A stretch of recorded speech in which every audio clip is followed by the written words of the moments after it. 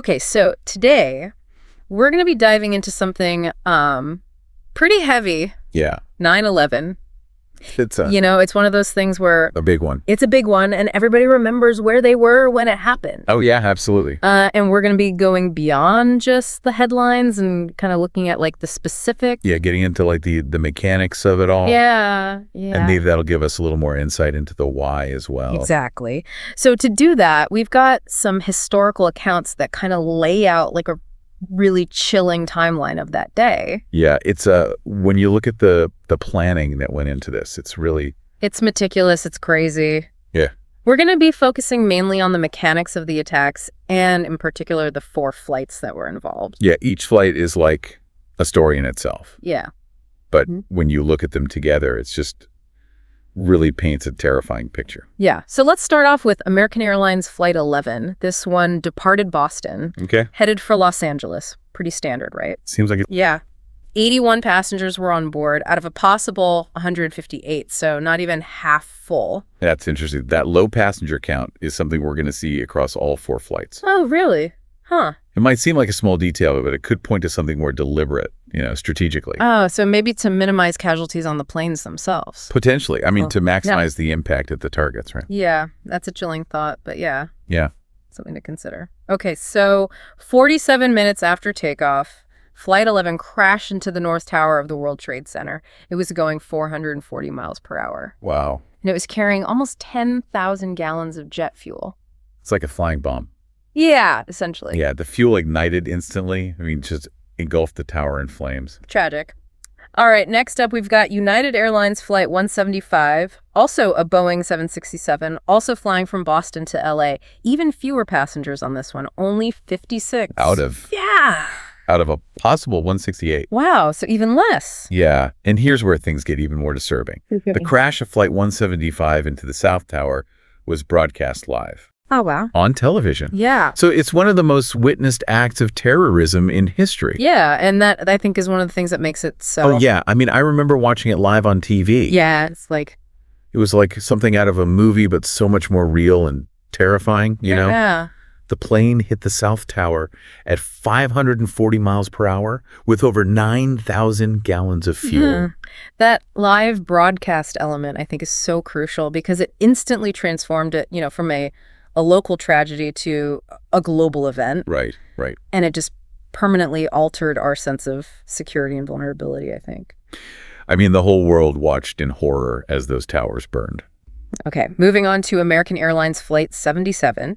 This was a Boeing 757 that took off from Washington, D.C., heading for L.A. Again, low passenger count, only 58 out of 176 seats filled. And this flight was aimed at the Pentagon. The heart of American military power. Right.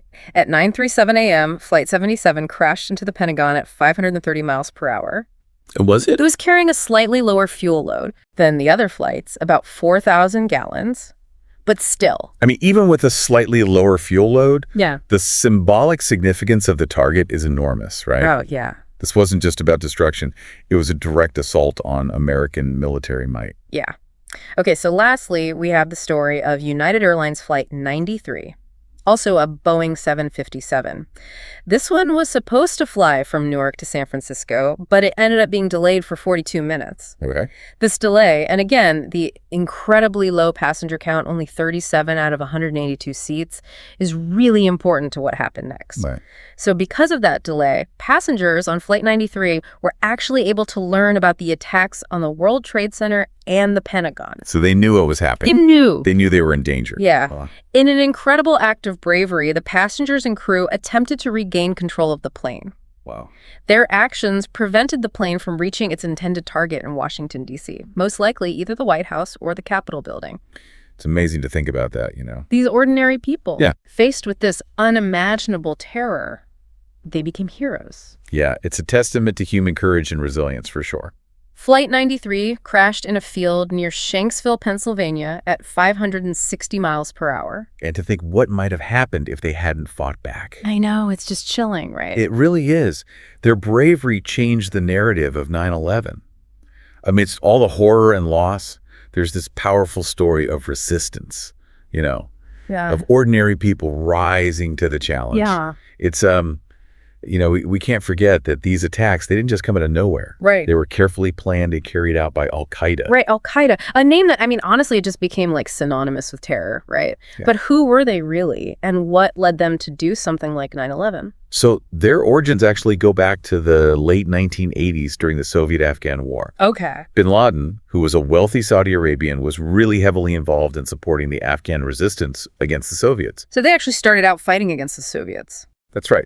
But their ideology really evolved over time, and they came to view the U.S. as like a major obstacle to their goals. Which were? Their goal was to establish like a global Islamic caliphate. Gotcha. Okay. So they kind of shifted their focus. And that's where 9/11 comes in. Exactly. Bin Laden really saw the United States as like a corrupting force in the Muslim world. He pointed to things like the U.S. military presence in Saudi Arabia, U.S. support for Israel. Okay. Like these were key grievances for them. So the attacks were, in their minds, a way to strike back at the enemy. Yes, they wanted to inflict as much damage as possible. Right. Not just physical damage, but psychological damage on the American people. In the immediate aftermath, the world was just in shock. I mean, I remember it was hard to even grasp the scale of the destruction. And a loss of life. Almost 3,000 people were killed, including citizens from over 90 countries. Yeah, and the financial cost was astronomical. Estimates put the infrastructure damage alone at over $10 billion. Wow. But the human cost, I mean, that's immeasurable. Yeah, absolutely. So then came the response. President Bush declared a war on terror. That became the defining, I think, foreign policy initiative of the early 21st century. Led to the invasion of Afghanistan, where al-Qaeda was based. Right. And the overthrow of the Taliban regime that had been harboring them. The war on terror, it was and still is such a complicated issue. It really is. Very complex. Reshaped global politics. Yes. Led to just increased security everywhere, heightened surveillance, Yeah. military interventions in multiple countries. Yeah. It's still going on today in many ways. It's true. The fight against terrorism has become a global effort, with nations working together, sharing intelligence and combating extremist groups.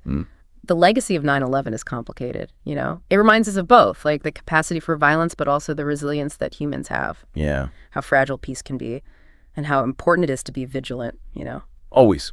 When you reflect on an event like this, it's important to consider not just like the immediate impact, but the long-term consequences, things that are still shaping the world today. Absolutely. We have to learn from the past. Yeah. And not just to prevent future tragedies, but to actually work towards building a more peaceful and secure future. Yeah, for everyone, right. For everyone, yeah. It's a big task, but it's not one that we can ignore, The events of 9/11 showed us just how interconnected the world really is and how the actions of, honestly, just a few people can have massive consequences for everyone. That's a really powerful insight, and I think a crucial starting point for any discussion about 9/11. We've covered a lot today. The planning of the attacks, the impact, al-Qaeda's role, the global response. Yeah, but we also have to remember that human element in all of this. Yeah. The stories of the victims, the heroes, the first responders, those families who lost loved ones. It reminds us that even amidst all this chaos and destruction, there was compassion and courage and a powerful sense of unity. And that even in the face of just unimaginable tragedy, the human spirit, it perseveres. It really does. Yeah. And that brings us to kind of an important question. What does all of this mean for us moving forward? It feels like a big question. It is a big question. It is, yeah. It feels almost overwhelming to even think about after everything we've talked about. It is a big one. And there are no simple answers, Right. But I think it starts with recognizing how complex all of this is, right? Yeah. There are so many different perspectives on 9/11, and the impact of it is still felt today. Oh, absolutely. And it's, like you think about airport security, like that changed completely, right? Oh, yeah. After 9/11. Remember how we were talking about all those like empty seats on the flights? Yeah, those empty seats. Yeah. It really highlighted just how vulnerable our transportation systems were. Yeah. The world kind of saw how easily those systems could be exploited. Yeah. It wasn't just airports though, right? No. It was 9/11 sparked this massive reassessment of security, like everywhere. Government buildings, public spaces, like everything changed. It really did. Yeah. I mean, surveillance became a huge part of the conversation, too. Yeah. I mean, governments all over the world, they expanded their intelligence gathering and implemented all these new surveillance programs. Like in the U.S., there was the Patriot Act. Yeah. Which was, and still is, pretty controversial, Yeah, you know? it is. Yeah. It gave the government so much more power to monitor citizens. Yeah, in the name of national security. Right. And that raises some really important questions about, like, where's that line between security and privacy? Right. Those questions are still being debated today. Definitely. And we can't forget, I mean, 9/11 also had a major impact on, like, military strategy and foreign policy, right? Yeah. Absolutely. I mean, it led to the war on terror, which we talked about, a huge shift in focus towards combating terrorism on a global scale. The U.S. and its allies, I mean, launched military interventions in Afghanistan and Iraq, right? Right. And military spending, I mean, it just skyrocketed after that. It really did. And those interventions, I mean, they had far-reaching consequences. Yeah. Politically, economically. They really shaped the geopolitical landscape. And I think, something else that we can't ignore is that there was this other kind of darker side to the aftermath of 9/11. What's that? And it was this surge in Islamophobia. Yeah. And discrimination against Muslims, Worldwide. It's awful, but in a way, it's like, I kind of get it. Yeah. People were scared. Right. And they associated an entire religion with the actions of, a radical extremist group. Right. And it underscores how important it is to understand the nuances, Yeah. of religious extremism and the dangers of making generalizations. Right. We can't just paint everyone with the same brush. Absolutely. When we look back on the legacy of 9/11, it's clear that this event changed the world, like in really profound and lasting ways. Yeah, for sure. Our ideas about security, vulnerability, I mean, global politics. It sparked these huge conversations about freedom, privacy, the very nature of terrorism. Big questions. Yeah. It's a heavy topic, but it's one we have to keep talking about. Yeah. The attacks of 9/11 were a terrible tragedy, but they also showed the resilience of the human spirit. Mm-hmm.